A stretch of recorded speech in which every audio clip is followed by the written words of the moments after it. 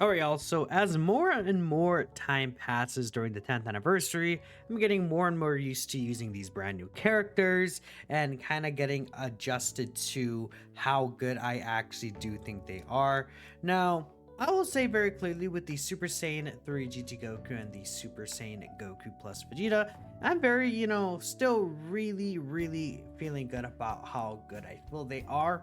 But I think the big problem child of the anniversary that has been very divisive is this LR Super Saiyan Blue Evolved Vegeta. Now, there has been a lot of discussion around this character in terms of he's underrated or he's not good enough, he sucks, right? There's just been so much talk about this character. I mean, I did do a top 10 LR's tier list recently, and a lot of people were not satisfied in the placement that I did have for this Blue Evolution Vegeta. We'll actually be addressing that as well, and we're just going to be talking about this character's kit in general. Now, I do want to say, reading some of the replies in that video and just really using this guy more, my opinion of him continues to decline personally. I still do think he's a better character than people give credit for, but I think that there are just a lot of inherent issues with this character where it just is very bizarre in how they designed him, I feel like, and especially in comparison to the other two anniversary Lars, you could really feel like, there's, I don't know, even just something missing with his kit or whatever it is, right? And again, I think a lot of it is really this section right here, this part of his passive, because the basic effects, this when attacking buff, the build up, I think all of this is fine to me personally. I think this is the part of his passive that's highlighted right here. The rainbow orb changing, the again damage reduction build up, the key build up that's permanent. Like all of that to me is good. I think the issue starts to get when we go down here, right? And again, that is the for every 2 key spheres obtained, he gets an additional attack that has a 30% chance to be a super up to 5 turns. We'll address this first. A lot of people have a very big issue about this part of the passive, and I do understand why. I feel like this doesn't mesh well with his next 2 sections of the passive, but even in just a feeling of feeling satisfied with using characters, like again, this guy does have 5 additionals he could do, but realistically you're gonna get like 3 or 4 of these anyways off. I feel like you have turns where you can get the 10 key spheres and this guy has 5 additionals with the medium chance to be super. But I just feel like on average, many times you use this guy, he's not gonna get all 5, right? And then even beyond that, you have to still meet the medium chances for it to be a super. Like for a brand new anniversary character, getting medium chances is definitely a very bizarre, I think, a design choice. And again, one character I did point out to, like, that I spoke about in the tier list video is this character, like the Blue Evolution and Kaioken Goku, right? This is a year old Easy A character, by the way, and I think that obviously, like, duh, this guy is a better character, but in terms of the role, the rainbow keys for changing, the damage reduction that they get, the additional attack, I think especially, and again, you do get this additional attack in a different way, but even though this character could do it only up to 3 times with 3 rainbow key spheres, they do have the additional with the high chance to be a super, like just for free. And it's like, again, this guy does it 5 times, but like you look at it and then we can ignore this for now. This guy doesn't have anything else special about his kit. There's so many different mechanics that these characters could have nowadays. We have target skills, we have revive skills, we have what's it called, even the scouter or something could be interesting, rage forms, things that help protect their units, actual just like stats support, right? A lot of these different abilities that these characters can actually have. And this guy doesn't even have like an active skill attack. Like there's not a lot going on with this guy besides just the normal things that will make a character good. Like obviously this guy is going to be a good character, but he just has the basic stuff that makes a character good. And it's like at the same time, even within, like, again, this, I'm referring to like this mostly, but then like even in his passive, he has things that contradict each other. After 6 or more super attacks, he gets 30% reduction. I feel like this is not like the biggest deal personally. Like, I just think that, you know, for a character that wants to get 6 or more supers, having medium chance to super here, it just is not going to be a thing you get. But being fair, if you have this up with the intro, this guy will essentially be invincible, right? But I think the biggest issue is after he does 7 super attacks, that's when he gets his guaranteed crit. This is one of the most useless abilities in combination with this, like, in the history of ever. I think it's genuinely a mind-boggling, terrible design. Like, you look at it, and for a character that is very much intended to be like a slot 2 damage dealer, I mean, this guy, they're like, oh, this guy could do up to 5 additional super attacks in his passive, but you have to make sure you get 7 of them so you can actually do useful damage with critical hits for a damage dealer. And then, like, you need the orb RNG, you need the additional super RNG, you need to make sure you don't kill the boss before, you know, he finishes all of his attacks. And then if you don't, like, this guy is a character you kind of have to build crit in his hidden potential system, because like he's not going to be doing basically anything useful except for like a slot 2 tanking, and it's like that's not like anything special. Like the rainbow orb changing is cool too, but I think you guys see the point. I really hate this. And then we come back to this character, guarantee crit at 24 key. Like, this character, you know, has all these additional, the high chance, 24 key, and it's like this character everywhere else is like an updated version, except it feels like this is just weird.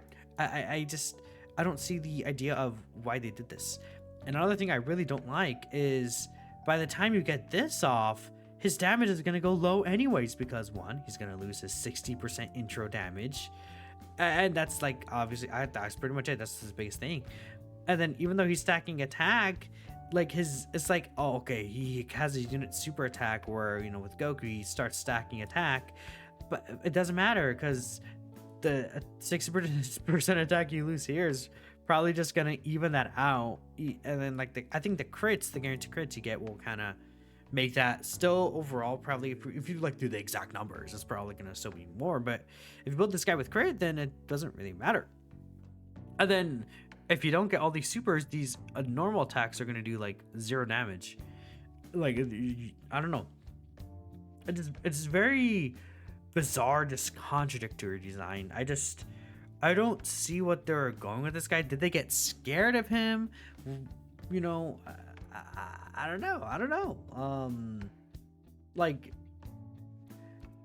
that character I brought up was better on release comparatively than Vegeta is on release, right?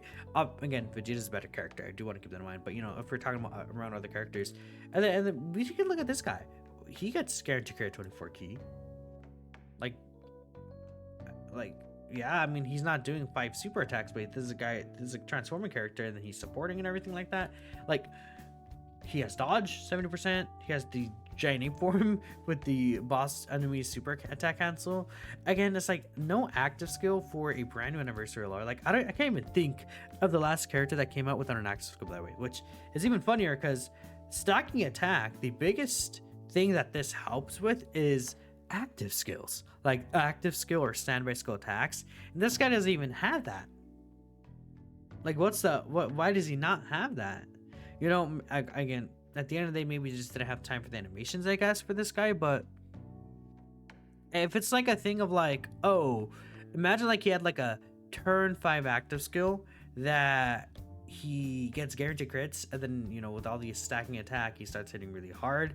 Or honestly, this should have just been when Key's 24 on active skill, he gets guaranteed crits. And then even then, it's like, okay, I'd be okay with the medium chance additionals because of the fact that he's not worried about getting it to actually do damage. He will be consistently still doing his damage, and then the active skill will just add some extra form of damage that he's able to do over turn. Or, if you had some sort of target skill, the Universe Survival Saga is a team that doesn't have a target skill mechanic, right? Maybe give him guard when a target skill, then he has this 30% reduction, or maybe this even 60% reduction if you got lucky. I mean, if they also made this a high chance, that would kind of fix this, and then his damage overall would go higher as well. I think there's like multiple ways that they could fix this guy's kit to actually make more sense. Does that make sense? Like, I feel like his kit right now just so bizarre. It's so bizarre. And then there's talk about a lot of people liking the Int Blue Evolution Vegeta, and I don't agree that I don't think that this guy would be a better character overall, but I mean, if these fights continue to be very long, this is going to be a thing you're going to see like pretty often, I would argue, right? This just receiving 5 attacks and with how long these events are, and then this guy is protecting the team. But potentially you could just say he's doing more consistent damage with the single 77%. He's also supporting. He has an active skill. I mean, this guy will be tankier in slot 2. But it's like, this guy also, like, for turn 1, he has his guard. Plus the high damage reduction. Man, this guy really could just end up being better than this character. Like, or just less annoying to run. More satisfying to run. And I think that's a big issue as well. Even just, like, feeling satisfied running this character. And then let's not even get started on, like, again, comparing Super Saiyan 4 and the new Vegeta to this guy, where they actually help the team out in multiple different ways. Like, Rainbow Orb changing is a nice addition to that team, but not doing anything else. This character has a team protector mechanic, multi-turn support. Let's bring up Super Saiyan 4 Goku. Like, again, team protector mechanic with the giant ape form, multi-turn support, damage reduction support here. He's healing potentially. Like, this could activate multiple times in battle. But I don't think I have to explain what Vegeto's doing. And then I feel like the thing about these guys is that they blend so well together. You have the giant ape form transformation, or you even have. Let's talk about this guy first. Like, he's still providing defensive support. He has the dodge and everything. So like early on, if you really have to stop on this guy, you can. But he's just a very consistent character. Then you get this guy out, he could potentially very easily cancel the boss's super attack. And then after you get this character out with the golden giant ape, you go to Super Saiyan 4 Goku. The boss super attack is canceled, even if you don't have this multi-turn support rolling, right? It's fine because the boss is not going to super attack you anyways and kill you. If you're at lower HP because maybe you transformed early because, giant ape power sucks, like, you fall under the HP threshold to get the transformation early on in the fight, and then he'll just heal you back. Like, that, everything meshes well together. Does that make sense? Like, it all like flows into each other. This character, the stacking attack, Vegeta stacking defense, and then they mesh into this Vegito, and then this is a very satisfying character to use. This character is very annoying with these medium chances. I'm sorry. Yeah.